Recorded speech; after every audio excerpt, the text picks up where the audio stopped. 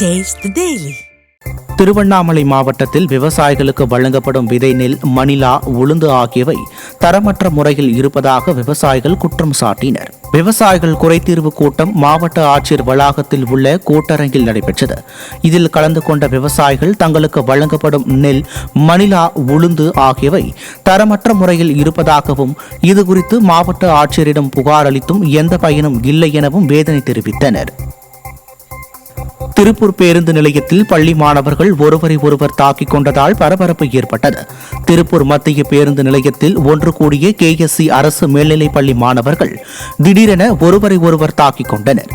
இதை கண்ட போலீசார் அவர்களை பிடிக்க சென்றபோது அனைத்து மாணவர்களும் தலைதெறிக்க ஓடி தப்பித்தனர். தமிழகத்தில் மாணவர்கள் ஒருவரை ஒருவர் தாக்கிக் கொள்ளும் சம்பவங்கள் அடிக்கடி நடைபெறுவதாகவும் இதுகுறித்து நடவடிக்கை எடுக்க வேண்டிய ஏவல் துறையினர் கும்பகர்ண தூக்கத்தில் இருப்பதாக பொதுமக்கள் குற்றம் சாட்டுகின்றனர். திருப்பூரில் பனியன் நிறுவன உரிமையாளர்களிடம் 10 கோடி ரூபாய் மதிப்பிலான ஆடைகளை பெற்று பணத்தை கொடுக்காமல் ஏமாற்றிய நபர் சிக்கினார். சேலம் சொர்ணபுரி பகுதியைச் சேர்ந்த பாலமுருகன் என்பவர் சுமார் 30க்கும் மேற்பட்ட பனியன் உற்பத்தியாளர்களை அணுகி சுமார் 10 கோடி ரூபாய் அளவிலான ஆடைகளை பெற்று பணம் தராமல் ஏமாற்றியுள்ளார். பாலமுருகனால் ஏமாற்றப்பட்ட பனியன் உற்பத்தியாளர்கள் ஒன்று சேர்ந்து அவரை மடக்கி பிடித்து காவல் நிலையத்தில் ஒப்படைத்தனர். நிர்வாக திறனற்ற ஸ்டாலின் ஆட்சியில் மோசடி சம்பவங்கள் அதிகரித்து வருவதாக பொதுமக்கள் குற்றம் சாட்டுகின்றனர். செங்கல்பட்டு மாவட்டம் மேல்மருவத்தூர் அருகே சபரிமலை சென்ற அரசு விரைவு பேருந்து பழுதாகி நின்றதால் 2 மணி நேரமாக ஐயப்ப பக்தர்கள் அவதியடைந்தனர். ஸ்டாலின் ஆட்சியில் போக்குவரத்து துறை முற்றிலும் சீரழிந்து அரசு பேருந்துகளை முறையாக பராமரிக்காததால் அரசு பேருந்துகள் ஆங்காங்கே பழுதடைந்து நிற்பதாக குற்றம் சாட்டிய பக்தர்கள் சபரிமலைக்கு இயக்கப்படும் அரசு பேருந்துகளை முறையாக ஆய்வு செய்து அனுப்ப வேண்டும் என்று கோரிக்கை வைத்துள்ளனர்.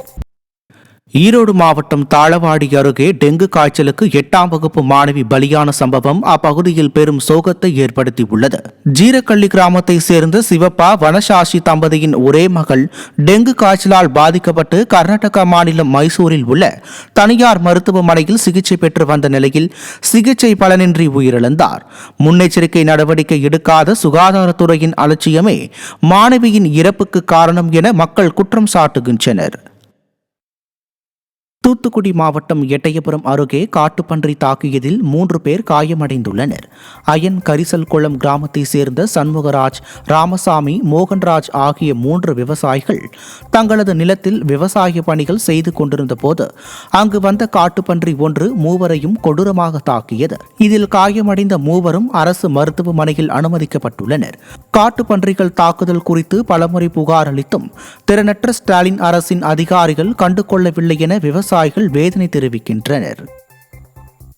மதுரை மாவட்டம் மேலூரில் உள்ள அழகர் கோவிலில் கார்த்திகை மாதம் 7ஆம் நாளை ஒட்டி கோவில் முகப்பில் கொடிமரம் முன்பு அமைந்துள்ள தீப மண்டபத்தில் நெய் தீபம் ஏற்றி பக்தர்கள் சிறப்பு வழிபாடு செய்தனர்.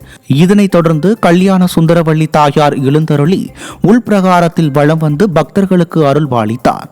இதில் திரளான பக்தர்கள் கலந்து கொண்டு சாமி தரிசனம் செய்தனர்.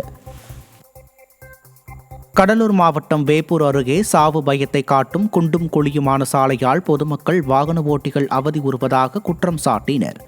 வேப்பூரில் இருந்து மளிகைமேடு வரை செல்லும் சாலை முற்றிலும் சேதமடைந்துள்ளதால் பள்ளி, கல்லூரி, மருத்துவம் உள்ளிட்ட அத்தியாவசிய தேவைகளுக்காக பயணிக்க முடியாத சூழல் உள்ளதாகவும் பலர் விபத்தில் சிக்கி இருப்பதாகவும் அப்பகுதி மக்கள் வேதனை தெரிவிக்கின்றனர். மேலும் இதுகுறித்து பலமுறை புகார் அளித்தும் திறனற்ற ஸ்டாலின் அரசு எந்த நடவடிக்கை எடுக்கவில்லை எனவும் சாலையை விரைந்து சீரமைக்கவில்லை எனில் போராட்டத்தில் ஈடுபட உள்ளதாகவும் மக்கள் தெரிவித்தனர்.